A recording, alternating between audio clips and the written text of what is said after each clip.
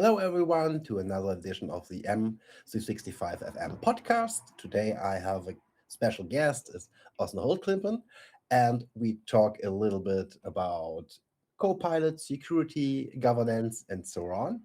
And I'm really happy to have you here. And first questions. Can you introduce your also a little bit? Yes, well, my name is Åsne. I live in the southern parts of Norway, but I work around the Nordic countries, basically with Copilot implementation towards with security and governance. Just briefly talked a little bit about how you can make the invention and creativity towards agents and Copilot and everything AI and still manage to govern them. So this is a really interesting and hot topic these days. So yeah, that's I worked with SharePoint for I think I've managed to count 23 years. So not as long as SharePoint have been alive, but not that far apart. And I've worked with Teams and then obviously Microsoft Purview and then Copilot. So that's sort of my area of expertise now. Yeah. Yeah, I see. Also, you have a lot of different tools like productivity tools like Copilot, SharePoint, Teams, and so on. And also, I see Purview. And how did you? It's, yeah, it's a different tool. So I think how see you the to how do this how did these tools work together? Well, it started with back in the days when I did internal IT. We worked with SharePoint, like SharePoint was back in the days. It was a bit heavy on dynamics, sort of. It Mm, wasn't easy to structure and restructure and do anything. But I saw really early on, both with I'm working into Active Directory as well, back in the days. You didn't have that you didn't have that really flow of information security, right? You could obviously set up some access points and you could set up SharePoint with access rights and stuff, but you didn't have that security tool securing your data in a proper way. So when Purview finally came along, it made it so much easier to make sure that your data was safe. And that just sort of my heart just swelled. Finally, something that I could use. Finally, something that made sense.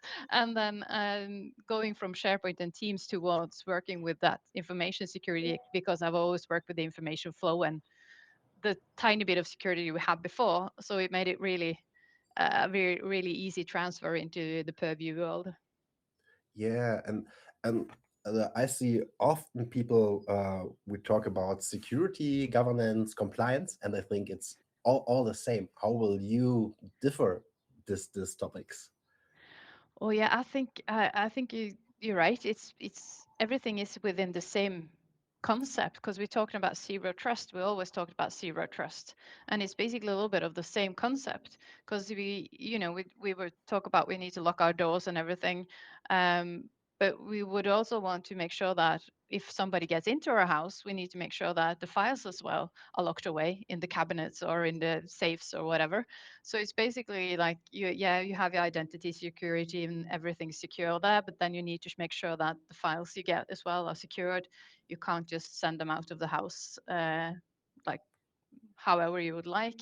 So I think everything fits together so well, and especially now when you have Entra and you have Defender and you have Purview that just work well together, and it's so easy to see how it works together as well.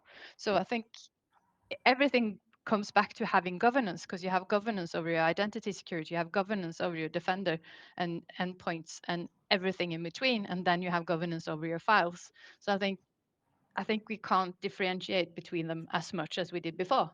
It was more siloed earlier on, and now we're talking about having them all fit together. You can use conditional access towards Purview, so you can make sure that files are not accessible if you're not on the right set of approved offices or countries.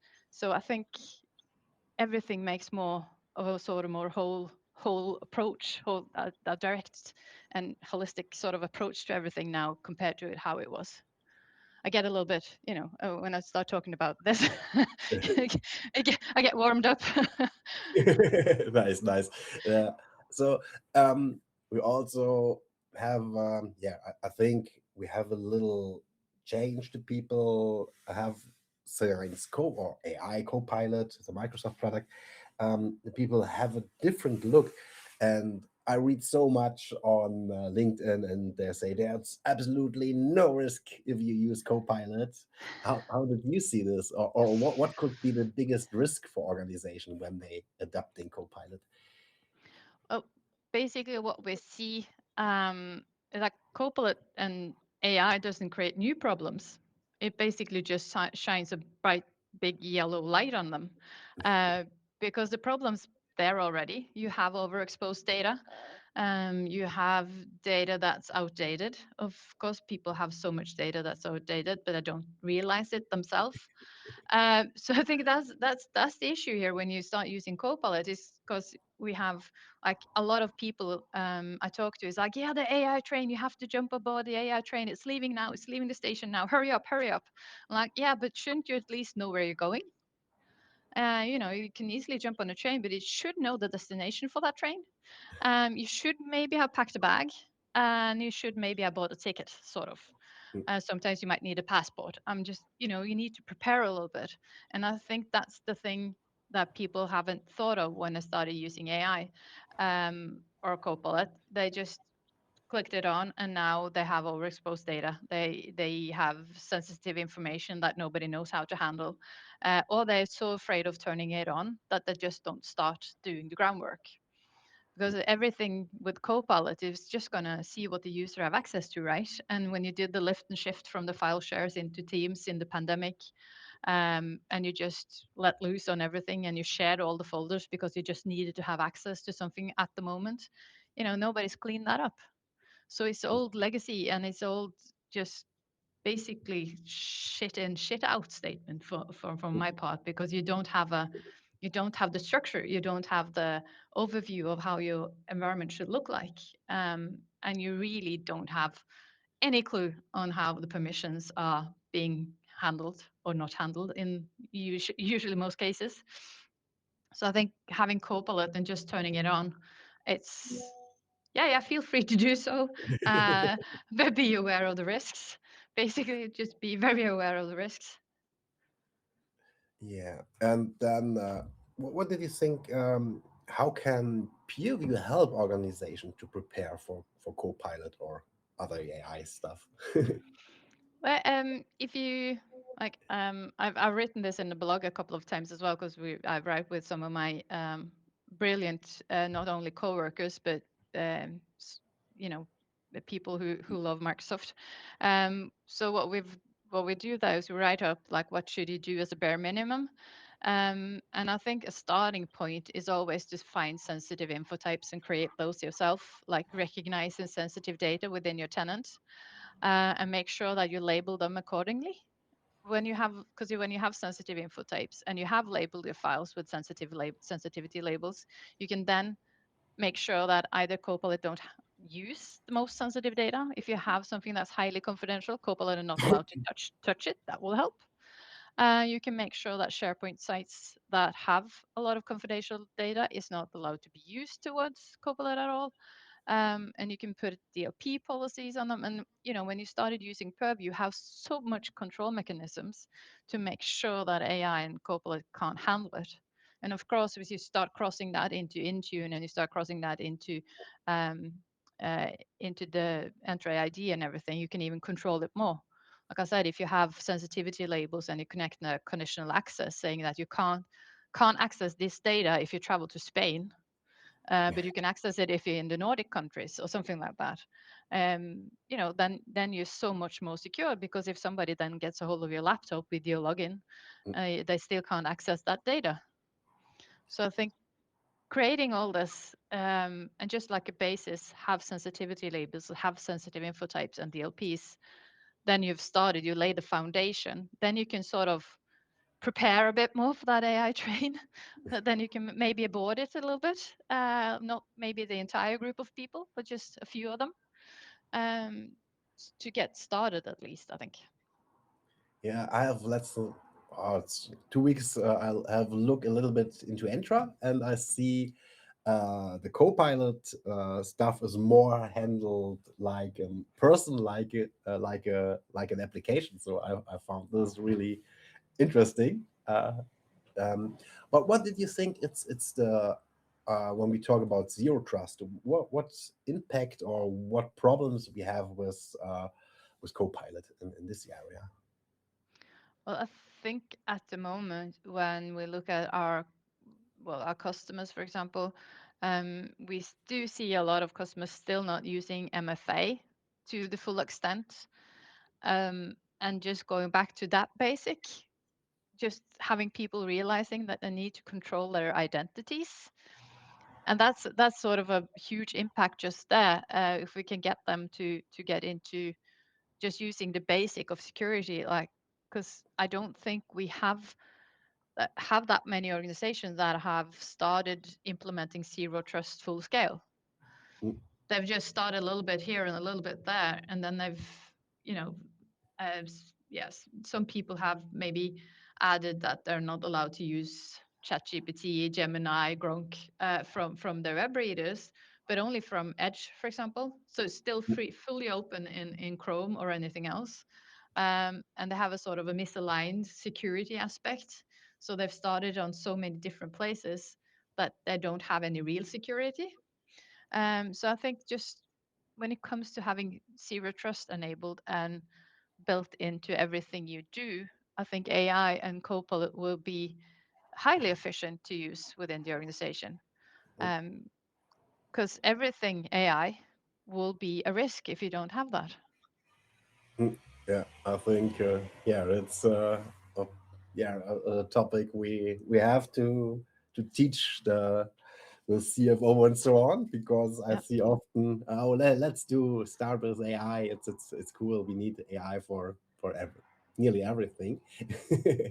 um, absolutely. and how did you see? How did sensitivity labels help on security in especially in Copilot? Well, it's I agree if you have, depending on how you set them up, obviously, but if you do set them up as a sort of the standardized public internal, sensitive, highly confidential, you can always set that highly confidential is not allowed to be seen by Copilot, like you can't extract the information from it. So that makes it so much easier for not handling that type of data. You can't ask Copilot to find that information. You can't ask Copilot to retrieve that information from one Word document to another if you have that label on. Um, and you can tell certain SharePoint sites to have that type of label, and the same things apply. You can also set different settings on a SharePoint site, though. So one SharePoint site can be excluded from Copilot, so you can't find information there. But then again, using sensitivity labels, if you do it right, you can also add not only with Copilot, but you could add DLP policies. Mm. So a highly confidential document is not allowed to be sent out of the house, for example, just to maybe a certain set of people or domains. So you have so much more security towards those. And when you do a Word document and you have a public Word document and you retrieve information from a sensitive document, that that originally public document will become sensitive because it inherits the strictest confidentiality label, and that will make people a bit more aware of what they're actually typing and doing within that area of using AI. So when I will start, for my understanding, sensitivity levels is the second part. I have to do first data classification. Yeah, Okay. yeah. So And you start with the sensitive info types to classify all your data, and then you can add labels to them. how can we balance between, I say, productivity and security when we start or when we go to Copilot readiness? Ooh, a good question, because it depends on where you're at as well. Because if you don't have anything at all going towards security, it's gonna be a task to say at least to get started. But I think sometimes I say that you can have a pilot group who have access to Copilot, and then work on the security parallel towards that. But you should then have the pilot group be very aware of the possibility to find data that's may be a bit too sensitive. Make sure that they report back to somebody who can remediate that, and make sure that you have something set up with for the pilot group to not overshare everything. But then again, if you try to start with a purview track with sensitivity labels and all that, you should also go back and look at SharePoint and see everything you overshared, because that's going to be a lot. And SharePoint also have with SharePoint Advanced Management now. Seems like I'm selling all these solutions, but they're there. There are in Microsoft 365 now, so you have all those solutions anyway. But using SharePoint Advanced Management, looking at broken inheritance, sharing risks, and all that, it's also something that you really should do before you can be AI ready. Um, so, yeah, classification, oversharing, and then it's a bit more safer. So simplified, I see a lot of people, or it's like a buzzword, Copilot readiness. So we also have it in the title, but it's like a little bit a buzzword. What does it really mean, Copilot readiness, or what does it actually mean for you, or from your perspective? Yeah, I think I would have basically just removed Copilot for it, because it's more of a sort of tenant or M365 readiness thing, because this is things you should have already have in place. It's not something new. It's not something that just Copilot needs to have in place to be able to have work safely. It's something you should have done ages ago. I had a customer telling me that he's got a saying that it should have happened last year, so start yesterday. And this is something that everybody should have in place right now, whether or not you're using Copilot, because it's all about securing your data, know how to handle your data, and I think that having the possibility now without Copilot, like sending emails everywhere with attachments with no security behind it, it's just, yeah, it's encrypted, but you don't know if the recipient can forward it or print it or copy the content. Like you have no clue where it's sent, basically, because you share something and then you don't know where it goes. So I think having that foundation, it should be like a Microsoft 365 readiness or foundation, and not necessarily Copilot readiness. But again, it's, yeah, it's buzzwords, because that's what people want. They want the buzzwords. It's like we talk, I think, some years about governance and so on and security, and I think yeah, that's something uh, we try as I don't know as fabricants, or we have to do all fabric readiness. We have to do all this stuff, and the companies say, I think they actually it's a little bit more change since AI is there because they see more productivity or faster productivity when and then when you build up I don't know a data warehouse it's called 2 years time Yeah. and then they see okay I can and I get direct an email or something else so I think that this makes it more yeah brings it more yeah the governance topic more inside the companies but yeah, when we think about or how should organized prepare their data and also not their data, I think more their their employees Yeah. for enabling AI. Yeah. Well, I agree with this, because it's the AI new shiny tool, right? Everybody wants it, so that's why people are more eager and more open to listen now, compared to, like I said, with getting Fabric ready.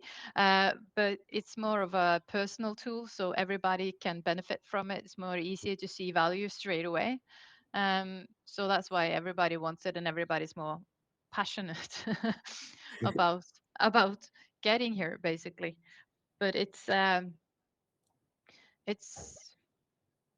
it's certainly something that we need to discuss with both like the end users and the management, on how can we prepare the users for this, because we have, everybody talks about user adoption, right, and getting that up and getting people to understand and how important that is. But I think the key values is making sure that employees know how to use it.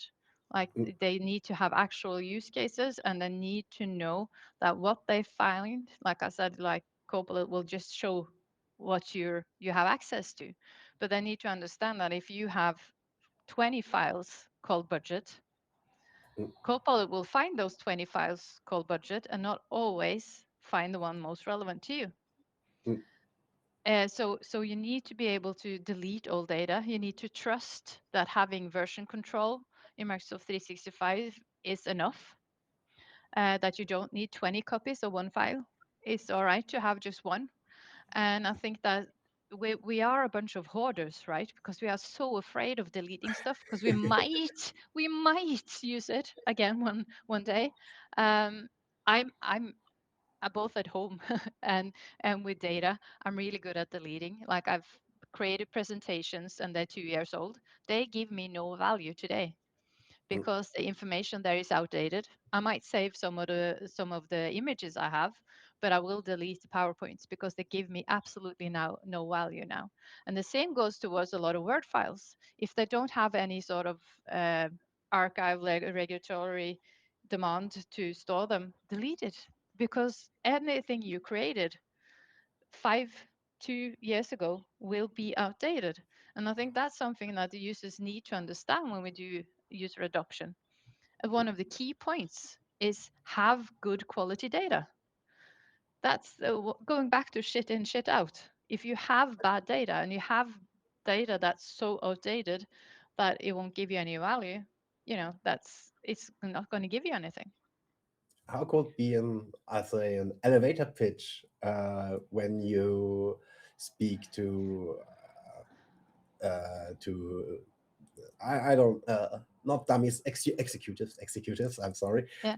To when you explain AI governance when it's an elevator pitch. Oh, I'm not sure if I have an elevator pitch because I usually get longer time. but Okay, it's it's but it's it's Burj Khalifa elevator.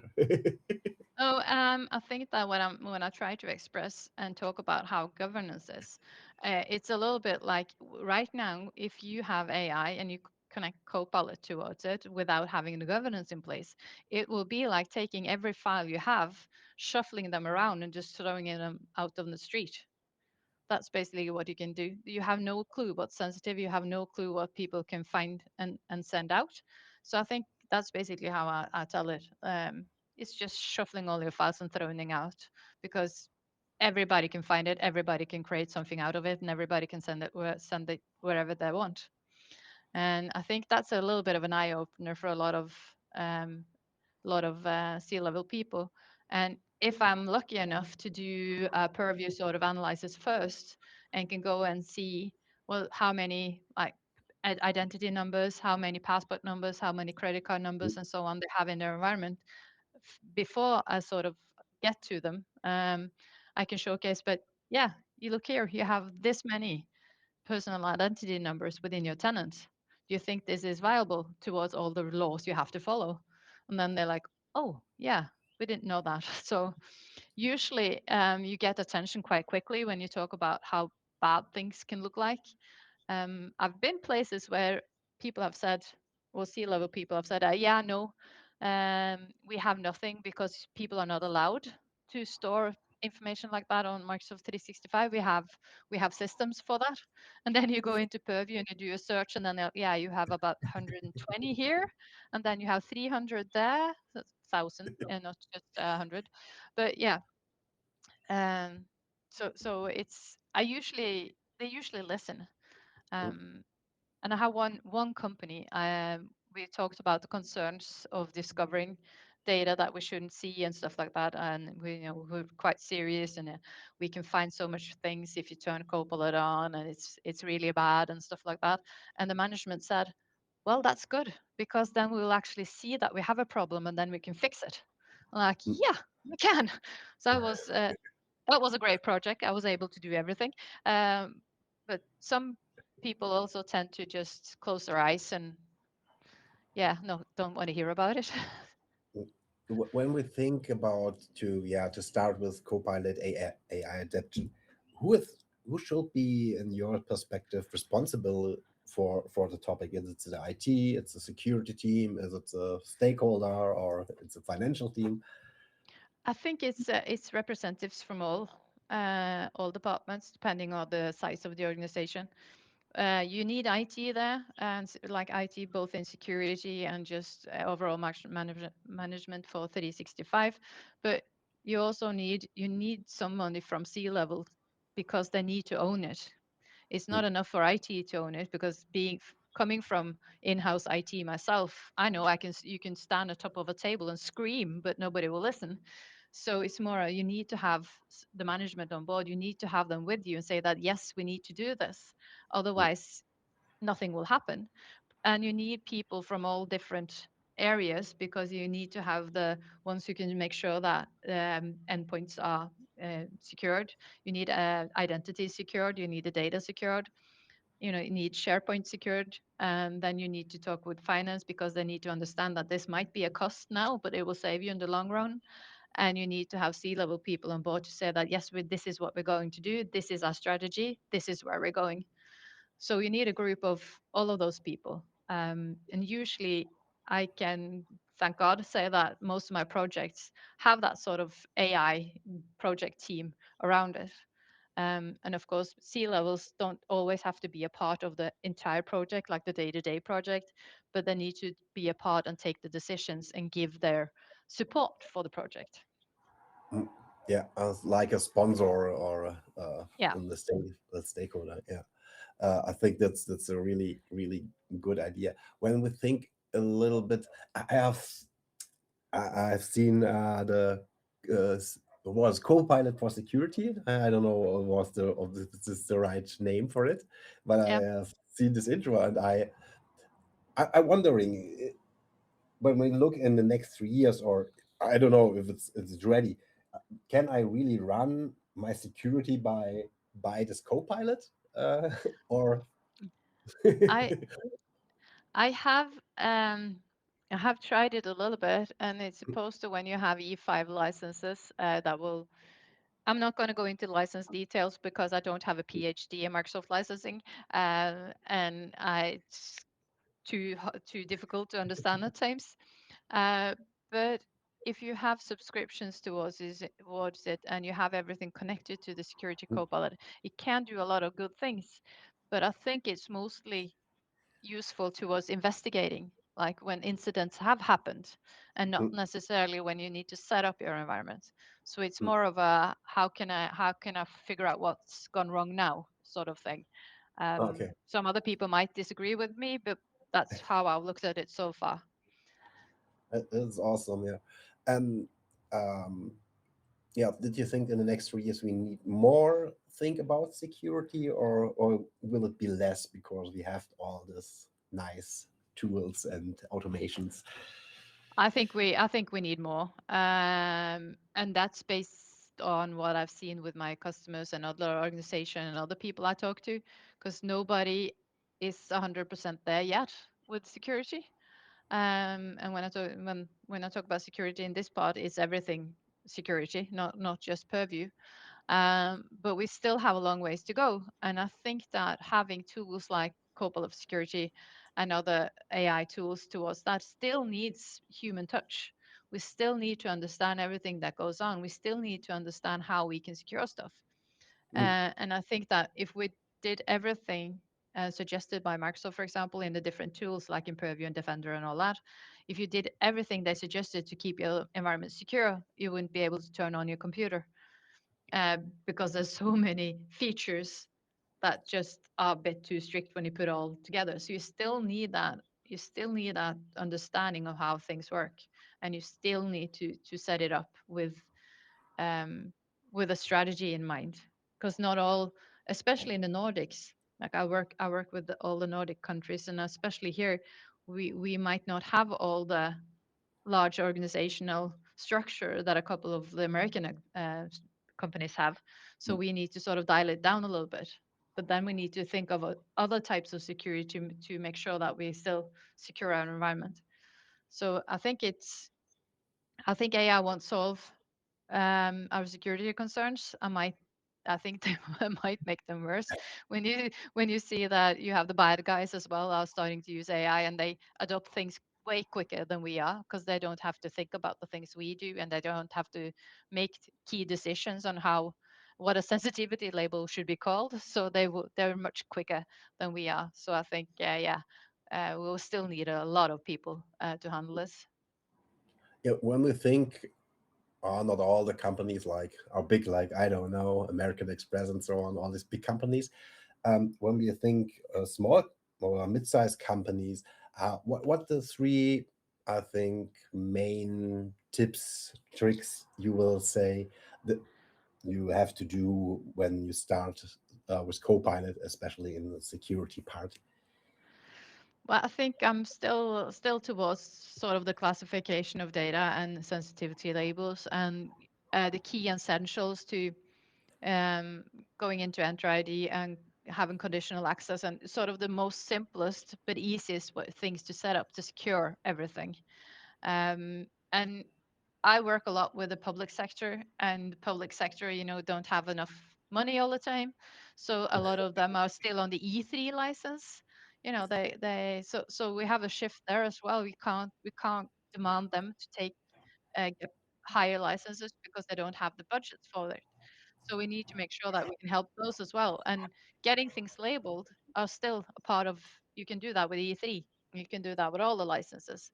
So if you start there and make sure that you at least have that covered, um, I think you have to just build on that. And when you, like I said again, do that, and then you can get Copilot. Um, but yeah, it's I think it's easier for me to say what you need to have done, and it's always easier if you have now the new E7 bundle. But getting the basics, just having that basic structure, and if you don't know how to do it, talk to a grown up. Like I usually say, talk to a grown up who knows something about it to get help to get started. Okay. I want to jump a little bit in scenarios. So when the companies came, I don't know, and say we need Copilot immediately, what will you do first to help I'm gonna, them? I might ask them why. Why do Okay. you need it now?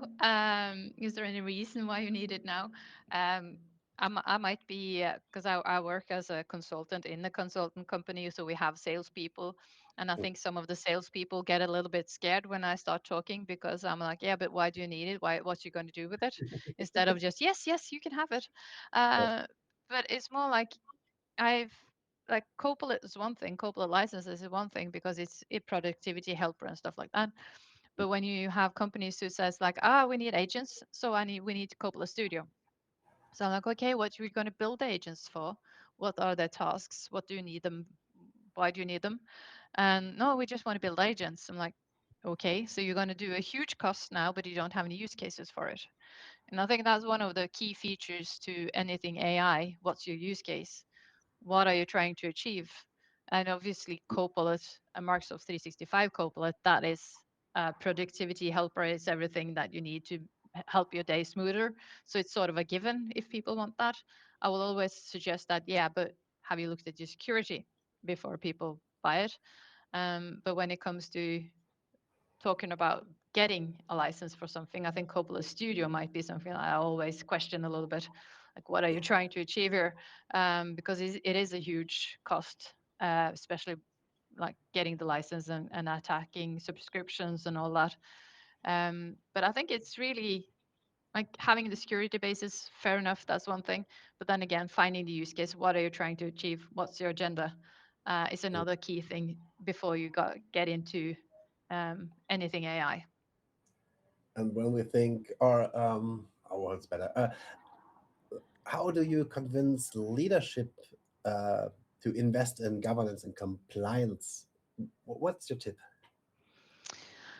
Oh, getting them to invest in it is always difficult. It's easier when you have private companies than public sector, obviously. Again, public sector doesn't have much money, so there's like how what's your best practice is always their demand. What is the key features we need to do?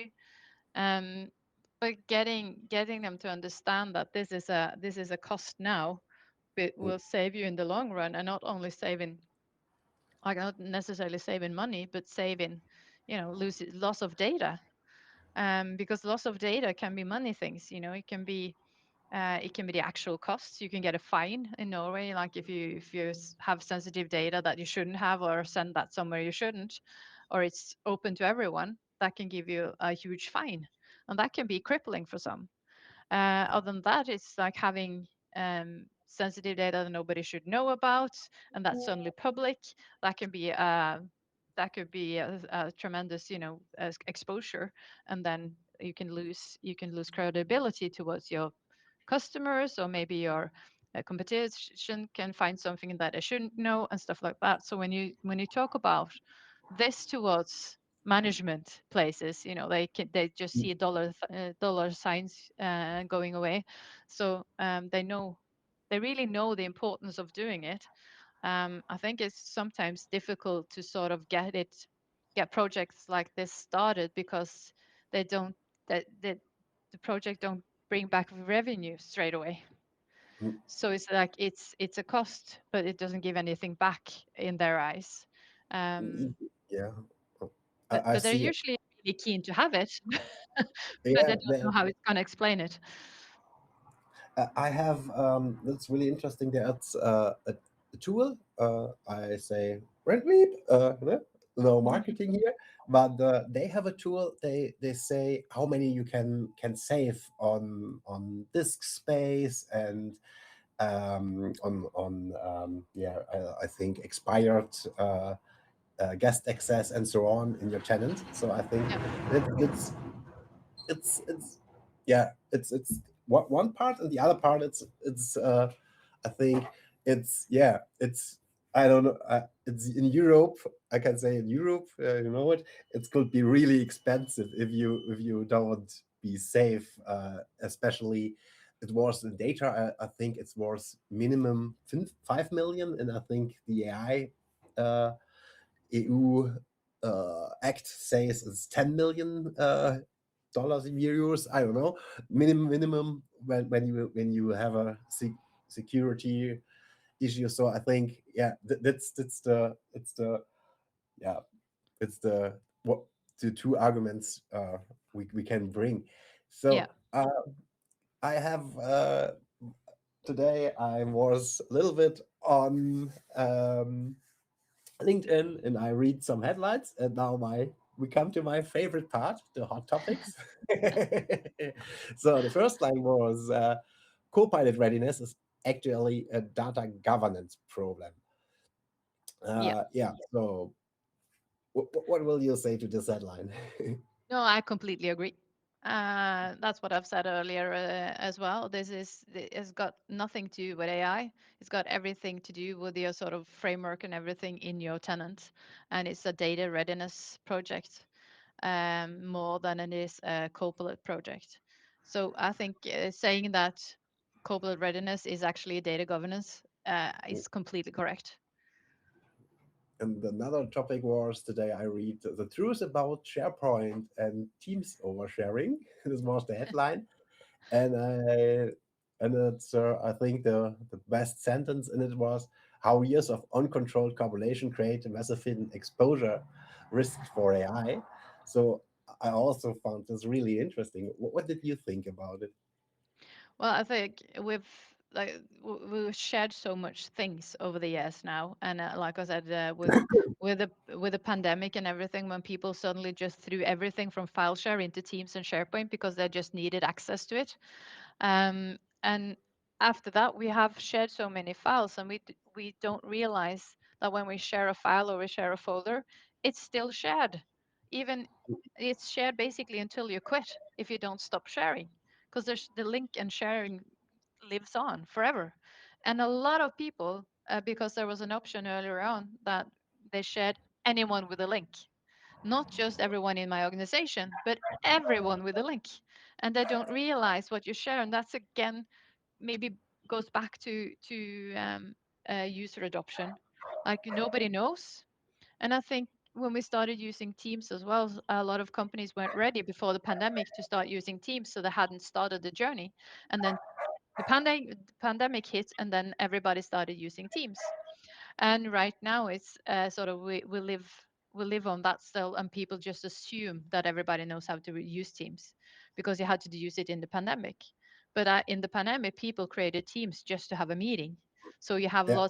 you have Yeah. old legacy there, right? You have old teams that's called meetings, status meetings, so planning meetings, or something like that. People forgot about the teams. Nobody in the company works there anymore. That was in the team, and we still have the sharing links there. They still live there, and nobody takes ownership, and that I think is one of the key issues towards data sharing and the thing that we don't delete stuff because nobody takes ownership of the files. We still have that folder from Mike who quit 10 years ago because nobody wants to delete that folder because it might be important. And the same goes towards sharing. So oversharing in Teams and SharePoint is one of the key issues to why Copilot might find data it shouldn't. I And have, I think doing an assessment of that is really important.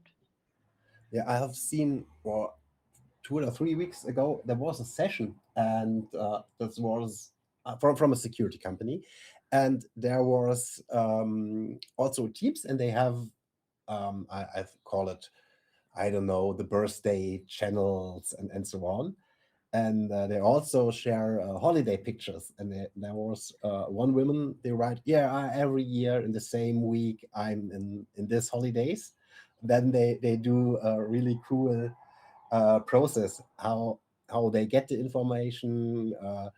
She leaves, and then how social engineerings and so and people use this data, especially to get, yeah, to hack a company. So this was a Yeah, really interesting session, and I think this is, it's a risk a lot of people don't understand, because there are so much more information in the data. It's not only the word file, the text. It's when it's created, where it's created, who yeah, created, what department, and all this inside in this data, and all the people. Yeah, I think it's a really cool topic. And then I come to the next headline I read. Uh, Pew was Purview versus reality. What yeah, Microsoft security tools can really do, and where organizations still fail operationally. yeah.